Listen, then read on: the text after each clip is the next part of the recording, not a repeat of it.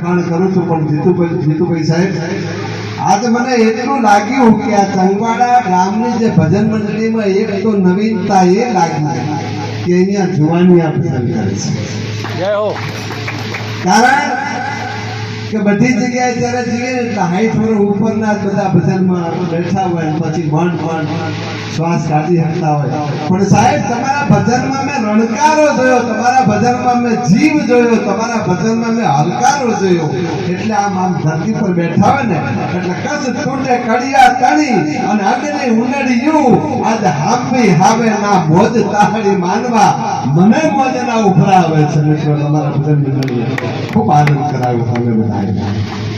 અને અમારું ગોપી મંડળ અહીંયા બેઠું છે. મિત્રો બહેનોને જો ભૂલીએ આમ તો અમારા અમરદાસ બાપુ છે ને એક વાત કાયમ કહેતા કે મારે 100 મકાન ફર્સ્ટ ક્લાસ સોસાયટી બનાવી છે અને એ સોસાયટીમાં 1 રૂપિયો લીધા સિવાય 100 મકાન મફત આપવા છે.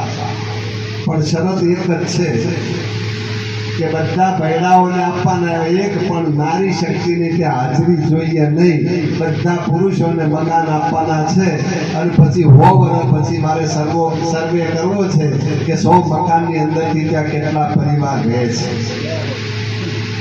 સાહેબ આ વાત આપણને લાગે પણ એની અંદર જબરજસ્ત અધ્યાત્મ નારી શક્તિ ના હોય. પરમપિતા પરમાત્મા પણ જેને આ જ્ઞાની પુરુષોને પૂછી લો કે આત્મા પરમાત્મા છે ને એ તો અગરતા છે, અસીમ છે, અનંત છે, ભેદ છે, અનંત છે. પણ શક્તિ વગર પરમાત્મા કશું કરી શકતો નથી. અને જ્યારે પણ આપણા જેટલા પણ ભારતની ભૂમિ પર જેટલા પણ સંતો થઈ ગયા અને એ બધા સંતોના ઇતિહાસ તમે તપાસી લો સાહેબ, જ્યારે પુરુષ શક્તિ જ્યારે ડગમગી છે ને એટલે એને પંજો પકડીને તો મારી જોગમાં આવ્યા ઊભી રહી છે. અને બહેનો કેવી શક્તિ સાહેબ, હરિશ્ચંદ્રની સાથે જો તારામતી ના હોય, સગાળાચાની સાથે સાહેબ આવી જેમ કહેવાય ચંગાવતી ના હોય. બરાબર એમ કહેવાય કે ભક્તિ તો એવી ટેકની વસ્તુ છે કે ફક્ત એમને ટેક રાખેલી હતી કે સાધુડાને જમાડીને જમવું તમે બધા જાણો છો. પણ બરાબર વરસાદના દિવસો હતા અને એ વરસાદમાં મેં મંડાયેલો 3-4 દિવસ થઈ ગયા, સાધુડો કોઈ મળે નહીં. અને છતાંય ગોતણ કરવા માટે સગાળશા જે દિવસે બિલખાના પાદરમાં નીકળ્યા હતા અને આજુબાજુ તપાસ કરતા એક સાધુડો મળ્યો. પણ એના એમ કહેવાય કે શરીરેથી રગતના રેગાડા ઉતરે, આખા શરીરમાંથી દુર્ગંધ આવે એવો એક સાધુ એને મળી ગયો ને એને પરાણે કરંડિયામાં ટોપલીમાં લઈને ઘરે લાવ્યા. કારણ કે ભૂત ત્રિલોકનો નાથ કૃષ્ણ કનૈયો પરમાત્મા એની કસોટી કરવા માટે આવ્યો. અને સાહેબ એ કસોટીમાં એમ કહેવાય કે સગાળસાના ત્યાં આવી અને શેઠના ત્યાં આવીને એમ કીધું કે અમે તો માટી ખાઈએ અને માટી પણ જેવી તેવી નહીં, પશુની નહીં, અમે તો નરની માટી ખાઈએ. નરની માટી લાભી ક્યાંથી છે? અને એ દિવસે સગાળસાએ નિર્ણય લીધો ચંગાવતી બંનેને આપણો દીકરો છે ચેલૈયો એને વરોધી દો. અને સાહેબ ચેલૈયાને એને વરોધી અને પછી જેમ કહેવાય કે એ સાધુડા માટે ભોજન બનાવ્યું હતું. પણ ભોજન પીરશું બહુ ટૂંકમાં લઉં છું વાત કે ભોજન પીરશું તો પણ એક પરમાત્માએ કસોટીની પરાકાષ્ઠા એમ કહેવાય કે ભોજન પીરસ્યા પછી એમ કીધું તમારા દીકરાને બોલાવો. એટલે એમને કહ્યું કે દીકરો મારો બહાર ગયો છે. જેટલા બને એટલા બહાના કર્યા પણ સાધુડો માન્યો નહીં. અને એ વખતે પછી એને સાધુએ એવી વાત કરી કે હવે તો હું જેને કહેવાય ને વાંસ્યા એનો ખોરાક ખાતો નથી, એના ત્યાં જમતો નથી. અને એ વખતે સગાળશા હતા ને સાહેબ તગી ગયા કે શેઠ ક્યાં છે યાદ એ પ્રગટા મારા પૂર્વજન્મના પાપ રે, એ મારે પૂર્વજન્મના પાપ. શેઠ સમજી ગયા સાહેબ મારા પૂર્વ જન્મના કોઈ પાપ જાગ્યા, કાં તો મેં સાધુડા સંતાપ્યા, મેં દાવાનળ હળગાવ્યો હશે, નહીંતર મારો આવડો દિવસ આવે નહીં. અને પોતે એમ કહેવાય કે ડગમગીને ચક્કર આવી ગયા હતા અને શેઠ જમીન ઉપર ભોંય પડી જાય એ વખતે ચંગાવતી એને કીધું કે શેઠ હવે આ સાધુડાને હું ઓળખી ગઈ છું, હવે એને હું સંભાળું છું, તમે રહેવા દો, તમારી તાકાત નથી. અને એ જ સન્નારી એ વખતે એમ કીધું કે સાધુડા હવે સાંભળી લે, તું વાંજિયાના ઘરનું નથી ખાતો ને બાપ?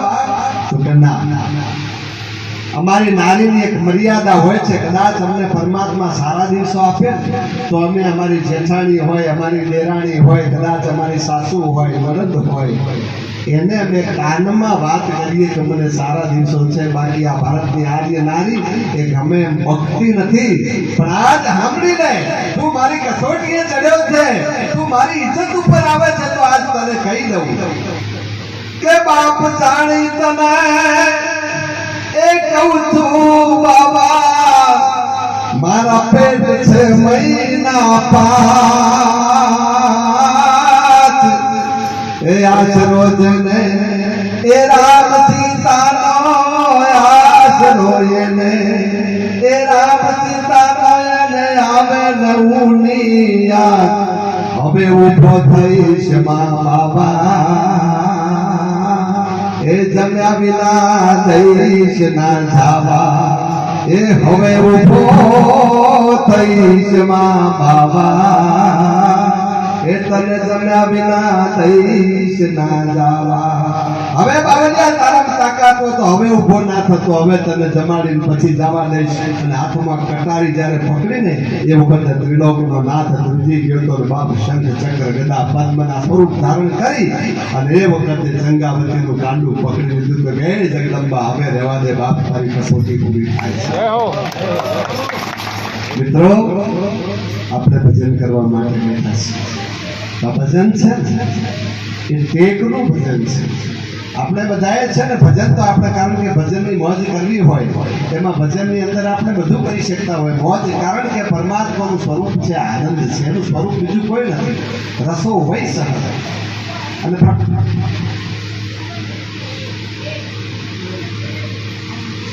તો પરમાત્મા જે છે ને એ આનંદનું સ્વરૂપ છે. એ આનંદને માણવા માટે, કારણ કે એ જે એની અનુભૂતિ છે અને આનંદમાં માણસ ખોવાઈ જાય એમાં ના પણ નહીં, એટલે આનંદ માણજો. પણ જેટલા પણ મારા મિત્રો બેઠા છે બધાને એક વાત કરું છું કે ગાડી છે ને એને ટ્રેક ઉપર જરૂર હાચવજો. કારણ કે જો ગાડી ટ્રેક પરથી ઉતરીને બીજા રસ્તે જાય ને તો પછી આપણી ગાડી જ્યાં લઈ જવી છે નહીં જાય. કારણ કે ભક્તિનો જે માર્ગ છે ને એ તો સંતો એને બે રીતે વખાણે છે. એક એને ફૂલની પાંખડી પણ કીધી છે અને કાંટાથી ભરેલો પણ કીધો છે. અને જેવા કહેવાનું કામ નથી. આ ભક્તિ તો મર્દાનગીનો રસ્તો છે. ભક્તિ એ નમાનાનું કામ નથી. ઘણા ખરા ગામડાઓમાં કોક એકબીજાને મળે ને કોક ભગત જતો હોય ને તો ભગત એટલે બીજા માણસો એની કિંમત, ભગત એટલે ભગત તોડો બચ્ચા. ભગત બિચારો હોય નહીં સાહેબ કોઈ દિવસ.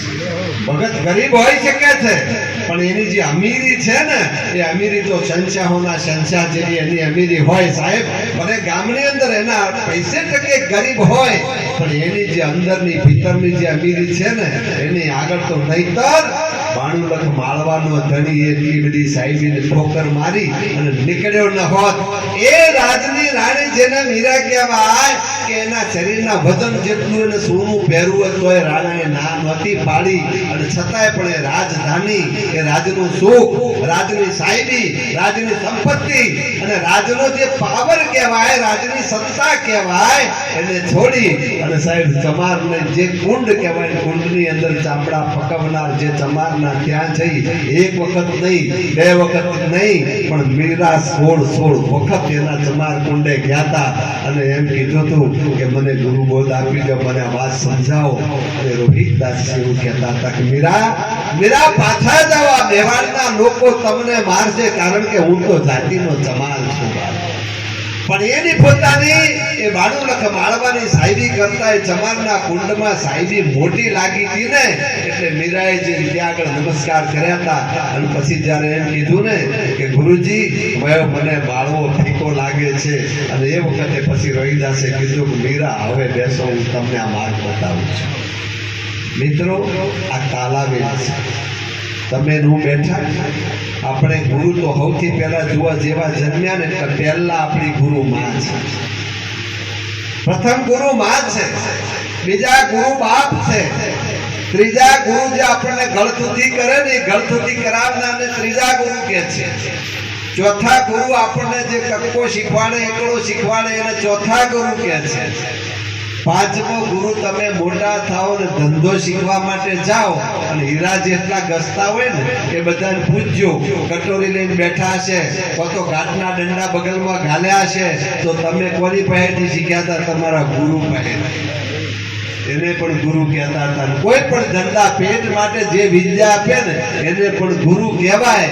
અને છઠ્ઠો ગુરુ છે ને એ ગામની અંદર કોઈ પણ સાધુડો હોય અને એ તમને જયરામજી કરતા શીખવાડે, કથામાં જતા શીખવાડે, વડીલોનું સન્માન કરતા શીખવાડે, ભજનમાં જાતા શીખવાડે. કારણ કે અધ્યાત્મની ભૂમિકાઓ સાત છે. શુભેચ્છા વિચારના તનુ માનસા સત્વાપત્તિ અસંશક્તિ પદાર્થ ભાવીને અને તુર્યગા એ સાત ભૂમિકા જે છે ને સૌથી પહેલી શુભેચ્છા. એ શુભેચ્છાની અંદર પગલું મંડાવનારો જો ગુરુ હોય ને તો છઠ્ઠો ગુરુ આપણો દાન ગુરુ છે. અને એ કાન ગુરુ મળ્યા પછી સાહેબ ધીરે ધીરે ધીરે સંતોનો જે સંગ કરે, વચન જે પકડે, સાધુડાની જે બેઠક કરે અને એ બેઠક કરતા કરતા જોતા જોતા રે અમને મળ્યા રે મોટા સાગરના મોતી. અને સાગરના મોતીડા જે બતાવી દે ને એ જે મળી જાય ને એને કહેવાય સદગુરુ. આપણે બધા મહાધર્મની વાતો કરીએ કારણ કે આપણો સનાતન છે ને, સનાતન ધર્મ છે ને તો મહાધર્મ છે, મોટો ધર્મ છે, પુરાણો છે. અને જે પુરાણો છે ને એને જ સનાતન કહેવાય. એ જે પુરાણો ધર્મ અને જે તમે જોજો મહાધર્મની વાત આપણે સીતાજી પૂછે રે લક્ષ્મણજીના બંધવા કહેજો આપણે વડા ધર્મની વાત રે. તો એ જે વડા ધર્મની વાત પહેલામાં છેલ્લે જ્યારે મહાધર્મનો માંડવો રોપાય એ મહાધર્મના માંડવાની અંદર એવું કહેવાય કે જે ગુરુ ગાદીએ બેસે ને એને પ્રમાણ આપવું પડતું. તો આવા મહાધર્મના જે સાધક, એક સાધક હતા અને કચ્છની ધરતી, અને કચ્છની ધરતી અંદર હરિજન જ્ઞાતિની અંદર એક ભગત